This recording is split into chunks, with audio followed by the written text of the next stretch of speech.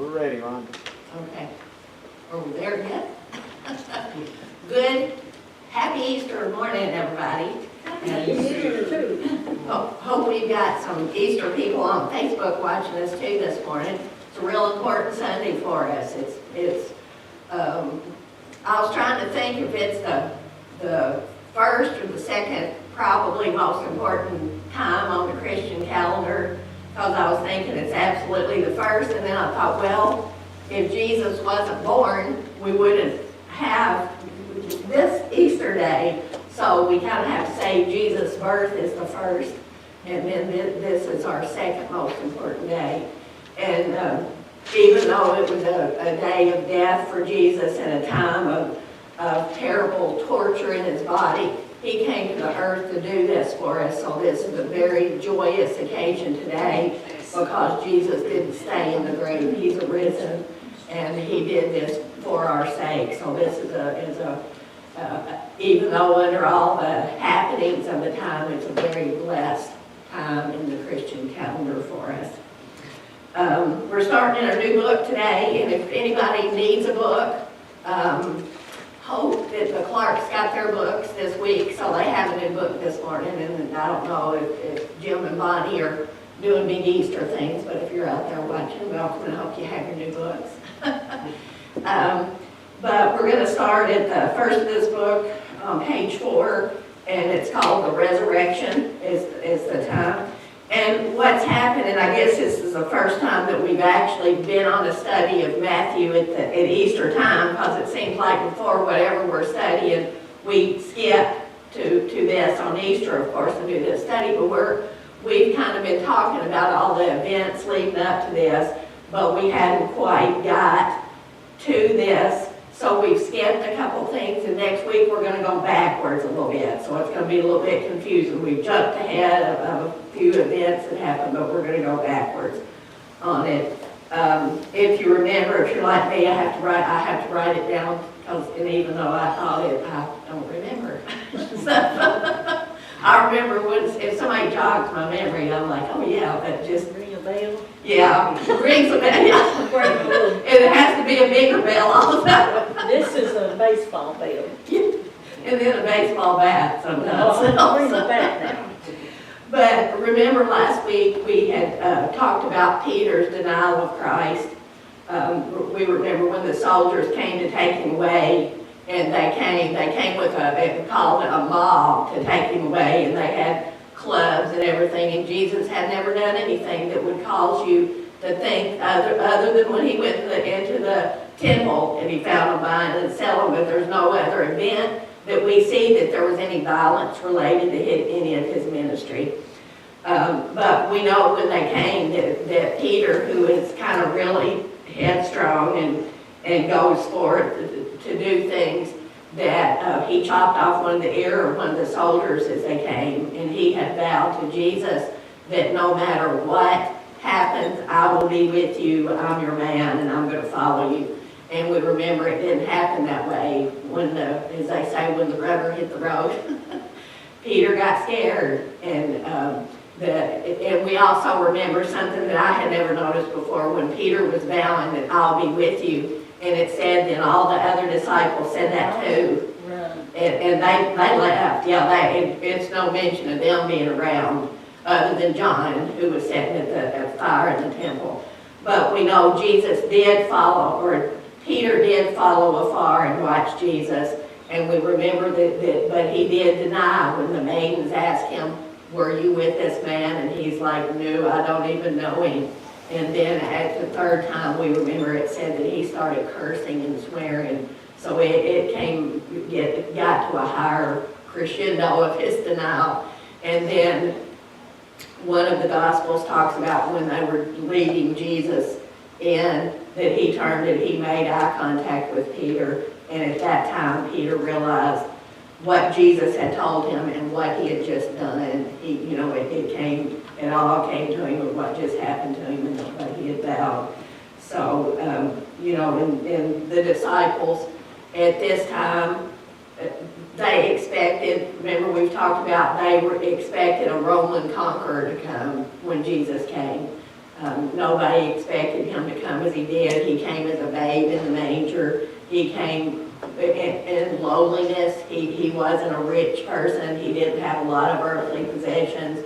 He wasn't a ruler that was going to be on a white charger and destroy and build up an army. He hadn't done any of the things that the human, that we would think of a conqueror coming.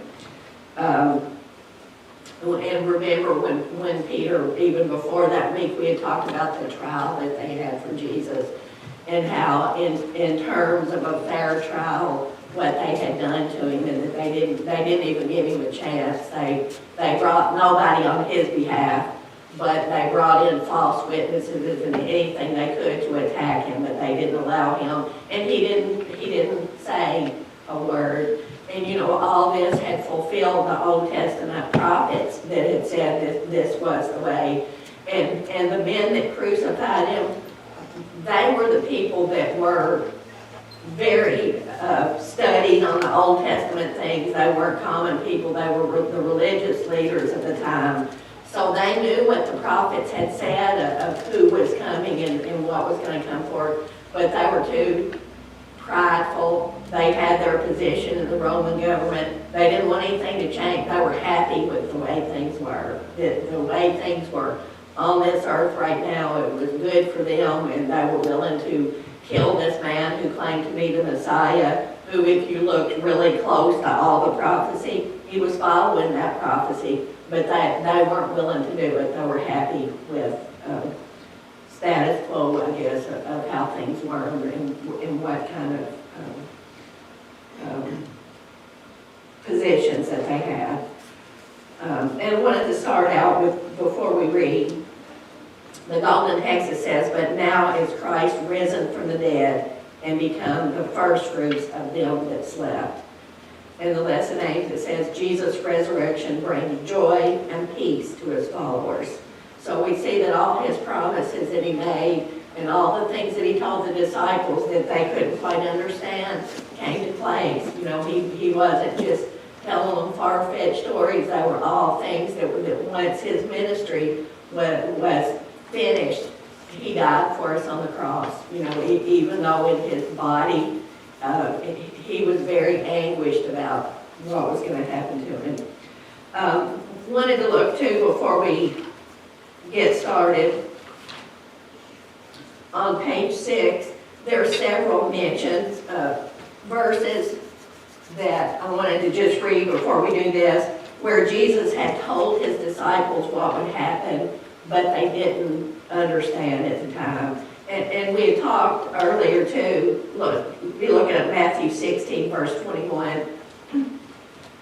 Sometimes we're kind of quick to criticize them because we're thinking what's the matter with them, why did they do these things? But they didn't have the Bible and the beforehand, the during, and the after knowledge that we have right now. So the things that they did and the things that they saw during his ministry hadn't been blowing their mind, and they couldn't understand, and they were really confused about what was going on. So it's hard to criticize for somebody unless you're in their shoes, unless you only do, I'm going to bring myself back to life again. If somebody told us that, we couldn't hardly believe it. Matthew 16, verses 21 says, "From that time, Jesus began to show to his disciples that he must go to Jerusalem and suffer many things from the elders and the chief priests and scribes, and be killed and be raised the third day." Then Peter took him aside and began to rebuke him, saying, "Far be it from you, Lord, that this shall not happen to you." So we look at this. He didn't understand, and Jesus is trying to tell him of the events that would happen, but Peter, in kind of Peter's puffed up way that we talked about last week, he's like, "Oh no, Jesus, these things aren't going to happen to you." And this was what Jesus came to the earth to do. And as we know, Jesus told Peter, "Get behind me, Satan, you are an offense to me, for you are not mindful of the things of God, but the things of men." So he just didn't understand. He loved the Lord and wanted to protect him, but he didn't understand the full mission of why he came. And then Matthew 17:23. Let me see. Now, while they were staying in Galilee, Jesus said to them, "The Son of Man is about to be betrayed into the hands of men, and they will kill him, and the third day he will be raised up." And they were exceedingly sorrowful. So see, they have different emotions at different times when he tells them this. I guess it's something he's apparently repeated to them on several different occasions, and they really have different thoughts because they just can't quite grasp what he means. It's like nowadays, you're told things happen and we don't understand. And just different things.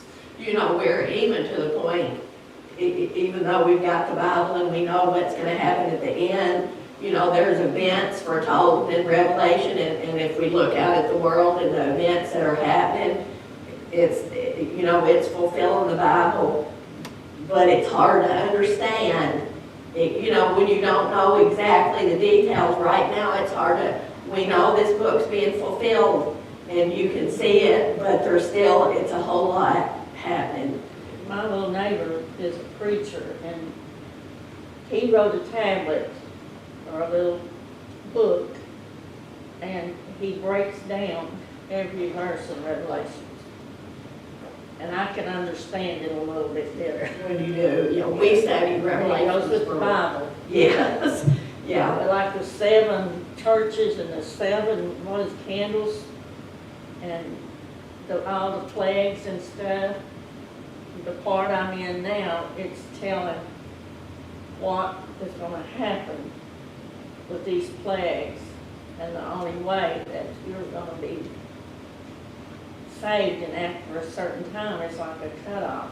That you can't, and we have, and there is a cutoff in the world of time, and there is a cutoff in each of our life too, and who knows what crazy driver's going to be out here when we get out or whatever. But it takes a lot of study to understand Revelation. We went through it here for, I think, 2.5 years. It's a long time. Yeah, and it's a lot too. And it's hard for us. And they were there. They didn't know the end until the end of the story. You're really kind of in a little, not chaos, but in the dark, I guess, about details and things. And that's where they were. They were fearful sometimes. They were protective of him sometimes, sad sometimes. So we kind of see where they are. They're human just like we are. They make mistakes, they make good choices, they make bad choices. And we all do this, and sorry to say, I guess we continue to do these things. Let's look at Matthew 28. The verses for today is 1 through 10. I'll read those. It says, "In the end of the Sabbath, as it began to dawn toward the first day of the week, came Mary Magdalene and the other Mary to see the sepulchre. And behold, there was a great earthquake, for the angel of the Lord descended from heaven and came back and rolled back the stone from the door and sat upon it. His countenance was like lightning, and his raiment white as snow. And for fear of him, the keepers did shake and became as dead men.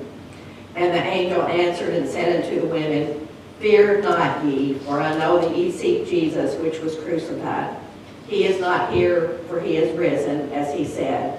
Come, see the place where the Lord lay. And go quickly and tell his disciples that he is risen from the dead. And behold, he goeth before you into Galilee. There shall ye see him. Lo, I have told you. And they departed quickly from the sepulchre with fear and great joy, and did run to bring his disciples word. And as they went to tell his disciples, behold, Jesus met them, saying, All hail. And they came and held him by the feet and worshipped him. Then said Jesus unto them, Be not afraid, Go tell my brethren that they go into Galilee, and there shall they see me. So we see that this is Easter morn. They go to the tomb where Jesus is, knowing that they had placed him in this tomb and rolled a big rock in front of them. And as we read in some of the other Gospels, you know, they're kind of maybe thinking that they want to dress Jesus' body and stuff, but how are we going to get to him? Because this big stone has been rolled in front of it. I wanted to read you a piece in the introduction of this lesson. I thought it was really good. Kind of tells about what was going on from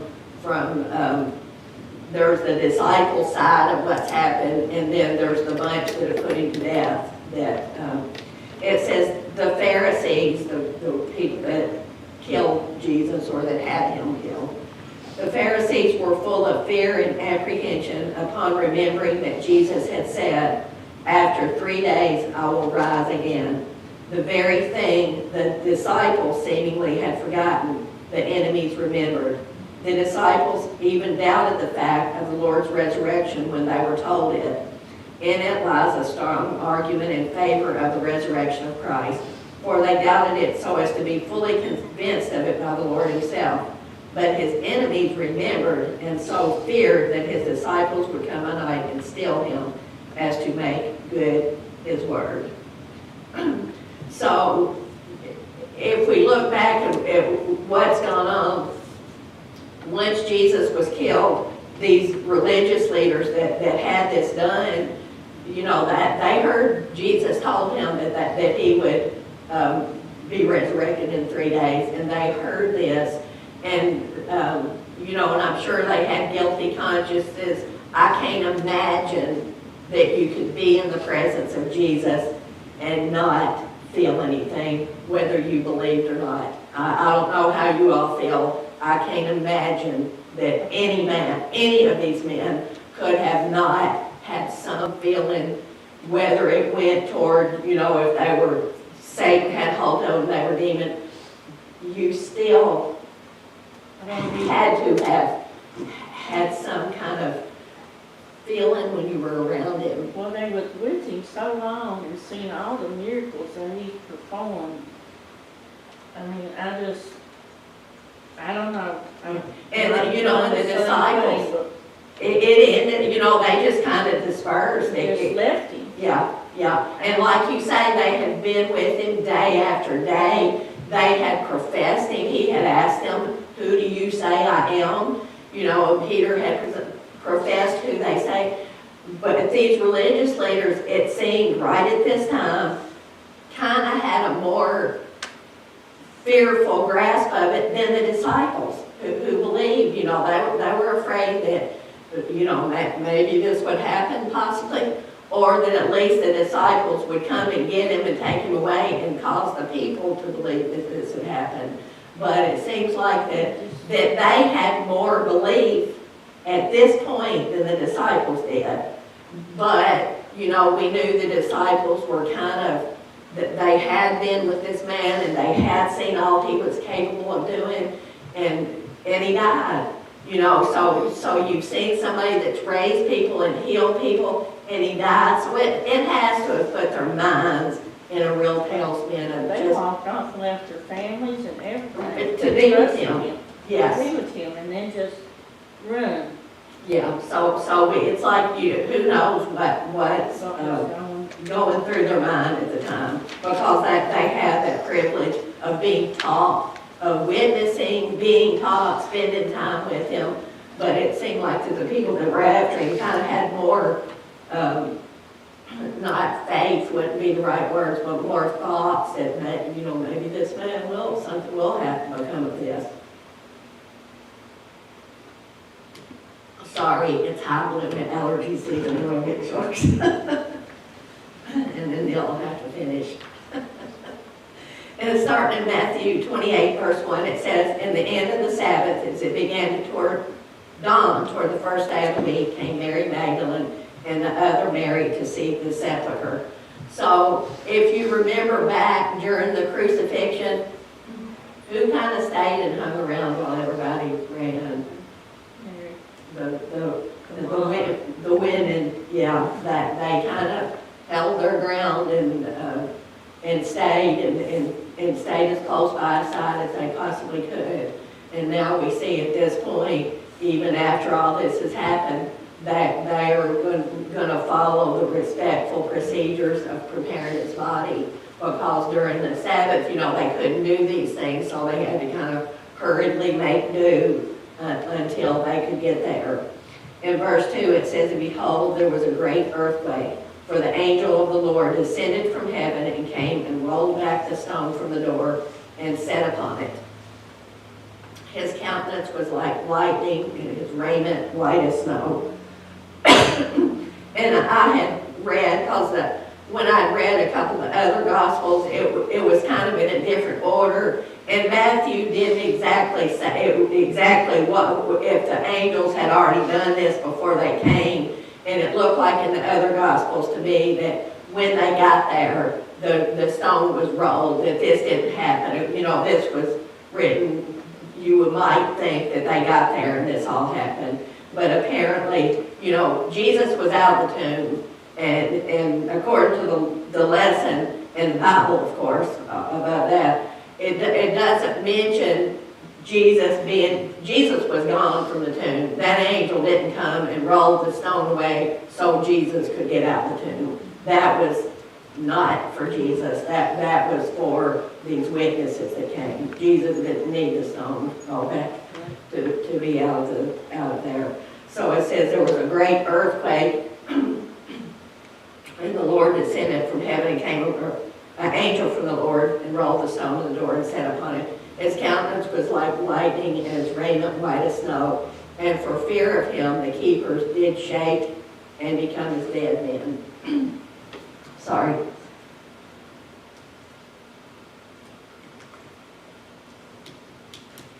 So we knew these religious leaders, because that they were fearful that something was going to become of this body, as Jesus had said, that remember that this stone was placed above it, this huge stone that you just couldn't come and the women weren't going to be able to roll back. But they put guards out there because they didn't want the disciples to sneak up in the middle of the night, so they had strong, hopefully courageous men out there if they were going to use them to guard it. But it said, and for fear of him, the keepers did shake and become as dead men. So I like when I read, it's why it's better reading than watching TV, because you visualize what was happening. And I guess I'm thinking that all along that they'd been stiff, but it said become as dead men. So I guess they just fell out on the ground and were laying there and just weren't moving at all. And I guess I've always pictured them just standing stiff, but said they became as dead men. So I guess they just fainted on the ground. And once they saw this angel, that they and I can't say that I think that too. And it says, and the angel answered and said unto the women, "Fear not ye, for I know that ye seek Jesus, which was crucified."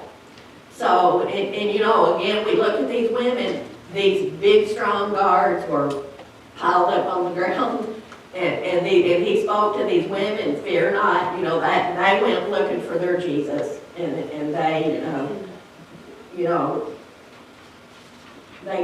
they got what they were meant for. But I just think, they could have passed out too when they saw this angel, but they didn't. And the angel said, I wanted to read before I go ahead something that the book says, "Those that seek Jesus have no reason to be afraid, for if they seek him diligently, they shall find him, and shall find him their bountiful rewarder." So that's what these ladies were doing. They were seeking Jesus, and he took care of their fear. And as we said, the angels told them, "Fear not." Okay, back to verse 6, it says, the angel says, "He is not here, for he is risen, as he said. Come, see the place where he lay." So, the angel is proclaiming to him that he's not here. He's risen from the dead. And remember to put in here, as he said. You know, we read before, he had told them on multiple times that this was gonna happen. And that's what's happened here. And he's gonna bring them in, because sometimes when stuff like this that blows your mind till you see it, you still don't comprehend it. So, you know, they were allowed to come in and see where he was. And in verse 7 it says, "And go quickly and tell his disciples that he is risen from the dead. And behold, he goes before you into Galilee. There you shall see him. Lo, I have told you." And the book notes here, it says the disciples were to believe without seeing. They had deserted Christ in his hour of need, had not stood by the cross, nor aided in his burial. So they were not to be honored with the vision of the angels or the first sight of the risen Lord. This was reserved for the faithful women who thus received their mission to carry a message to the messengers. And I had never, you know, you study, you read something, and you over and over, you studied it, you read it, and I never thought of it in this way, that these ladies who stood by the Christ till the last, they were given, and you know, I knew they were given, that they saw him first, but I guess I never thought it in this light. They were given the first opportunity to see him. And you know, you look back at the cultures of that time, and even in some cultures today, where women don't have a lot of rights, there's not a whole lot of respect, they're just kind of a little more than property.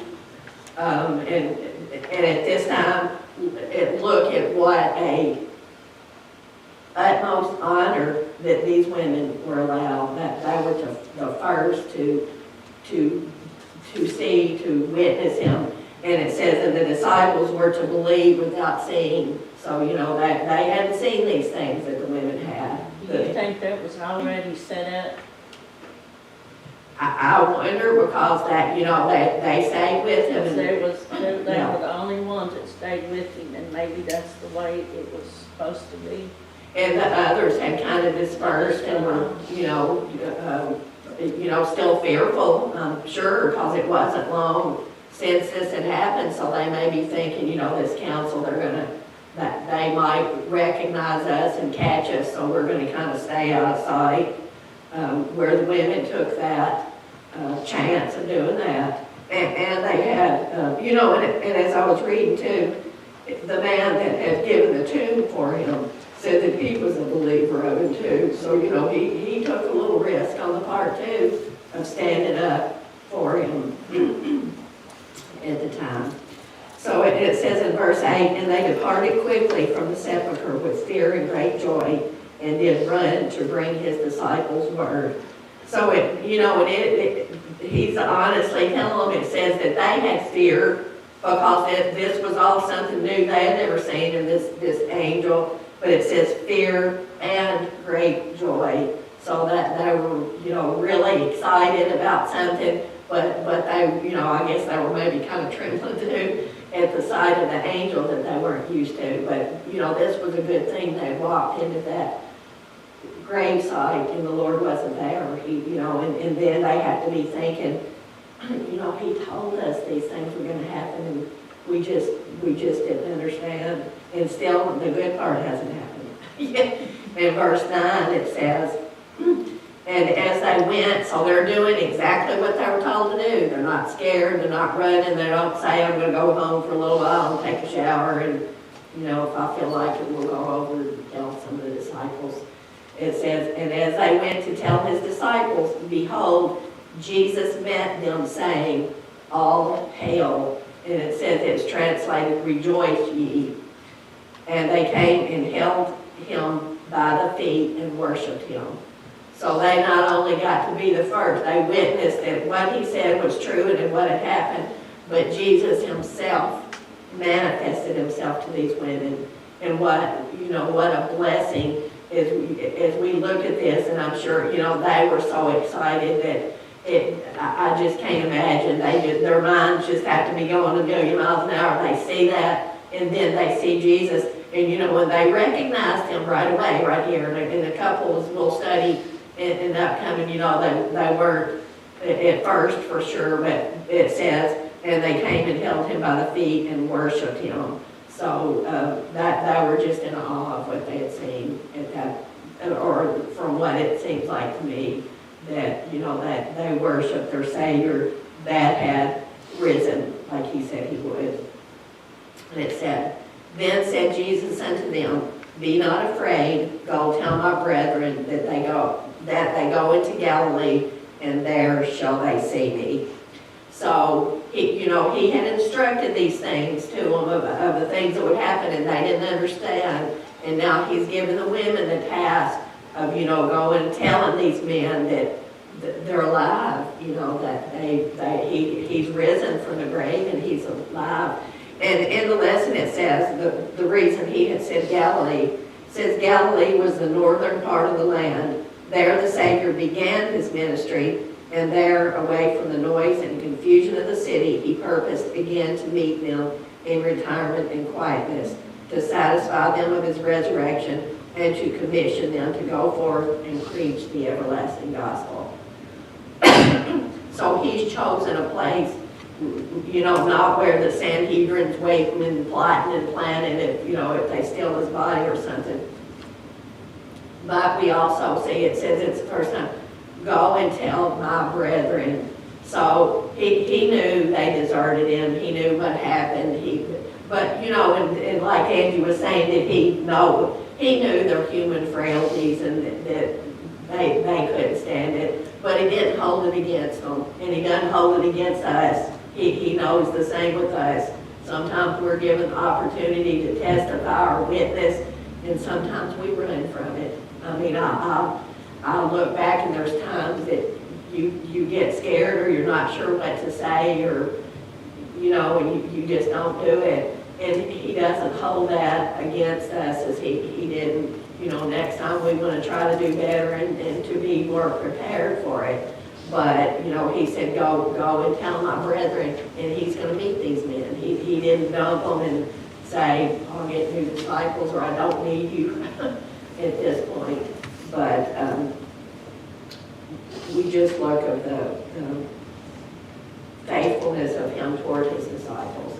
That he knew at this point, he had spent time with these men, and they needed to digest all that was going on. And he knew that he was going to be sending the Holy Spirit to them that would clinch these men as his disciples that they hadn't had before.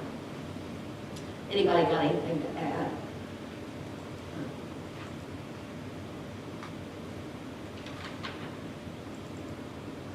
I want to answer a few questions before we get started. It says, why did the angel roll away the stone?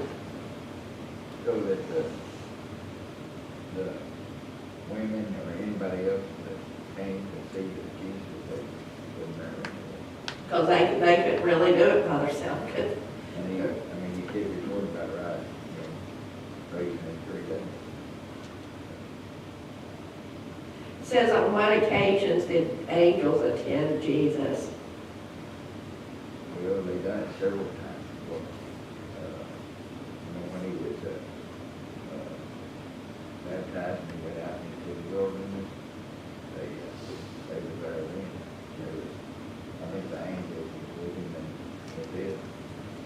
Remember when we talked a couple weeks ago when he was praying, Yeah. and when he was so stressed and sweat like drops of blood, and one of the Gospels said that, and the angels came. He was there at his birth too. Yes. They were there at his birth. So he's had this angel presence with him, as the Bible says we do.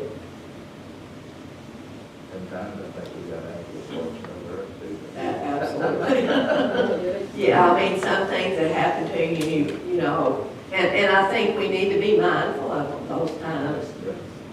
And remember, if you don't know this stuff, you can't be thankful for it. If you don't take time to see, the Lord was with me, then how did I ever do that without him? He was with Keith that day, that Keith wrecked the car with Bryce in it. I know that they were. That you see, you see car wrecks, like you say that sometimes the cars are flat, and then they'll say people got out, and what I'm always amazed at these big storms, these tornadoes and stuff, and then they'll say, well, nobody was, and it's like, how was nobody hurt when the ground's level? I think the Lord has been with these people. Hands on. Yes, absolutely, and we need to not look over those things. I mean, I think we need to particularly remember, says what happened to the guards. They were scared. They Real knew scared. something was gonna happen, but I don't think they didn't really deep down believe it. But when it did, they went, You know, you just picture them just falling over backwards. Says, how does the empty tomb prove the truth of Jesus' words? You in there? Yeah, he was gone. What was the message? What message were the women to carry to the disciples? That he had risen and he would meet him in, And Janet can play the song, He's alive, He has risen from the grave. Let me see. How might Jesus' reminder to meet him in Galilee serve as a mild rebuke to the disciples? I think he knew they were in doubt. And that him being there and them there, it proved that he. Come back together and gather up together and get out of your hole, whatever it might be in. How were the women rewarded for their faithfulness? We're the first one to see that he is risen. Yes, they were given the opportunity to be the first. not to touch him. And to touch him, yes. Not just to see, but they worshiped him. It said the first thing they did was to fall and worship him. There was one more, hope I don't have to preach Buford's sermon right now.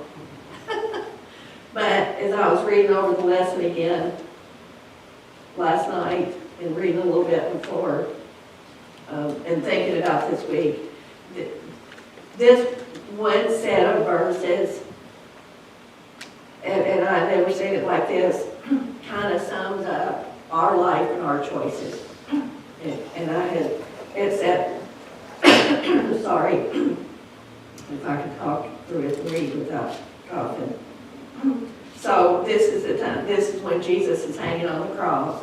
And remember, he had the two criminals that were hanging beside him. And I'm reading out of Luke chapter 23, verse 39. It says, then one of the criminals who were hanging blasphemed him, saying, if you are the Christ, save yourself and us. So this is the criminal hanging beside of him.